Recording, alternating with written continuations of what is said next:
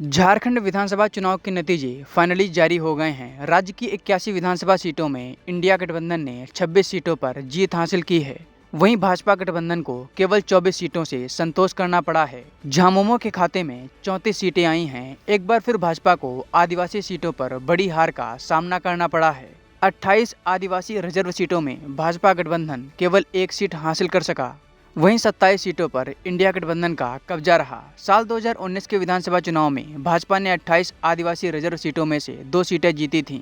हालांकि तब भाजपा के पास चंपई सोरेन, बाबूलाल मरांडी जैसे दिग्गज नेताओं का साथ नहीं था। इस बार चुनाव से ठीक पहले बीजेपी ने चंपई सोरेन को भाजपा में शामिल कराकर बड़ा राजनीतिक दांव खेला था। बावजूद इसके बीजेपी केवल चंपई की परंपरागत सीट सरायकेला में ही अपना खाता खोल पाई। झारखंड की इस हार पर प्रदेश भाजपा अध्यक्ष बाबूलाल मरांडी का एक बड़ा बयान सामने आया है। उन्होंने झारखंड की जनता के जनादेश को स्वीकार करते हुए मीडिया से क्या कुछ कहा है, आइए सुनवाते हैं।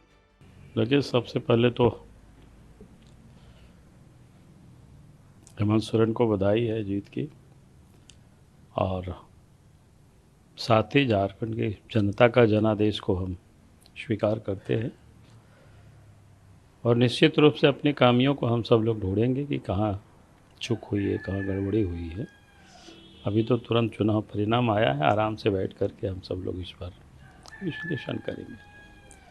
सर, सबसे जो इम्पोर्टेंट मुद्दा है कि 28 आदिवासी सीट हैं, उसमें सिर्फ एक पर विजय हासिल हुई और नहीं, 28 ही नहीं कि काफ़ी सीटें हारे हैं, तो इसलिए ऐसा नहीं कि हम 28 का इसलिए बात कर रहे हैं कि पूरा झारखंड की ही बात कर रहे हैं। झारखंड में कहाँ कितना सीट है? 81 सीटें, और 81 में हम 24 से जीते हैं गठबंधन। तो इसका अर्थ तो यही होता है ना, काफ़ी सीटें हम हारे हैं। इसलिए कोई अलग अलग हम इसको ये करें कि वो ऐसा नहीं।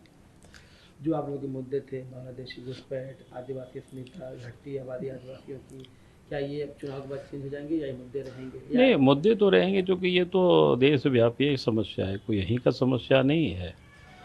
आपने देखा होगा कि मुंबई में भी इस प्रकार की घटनाएं, वहाँ भी आबादी बढ़ी है।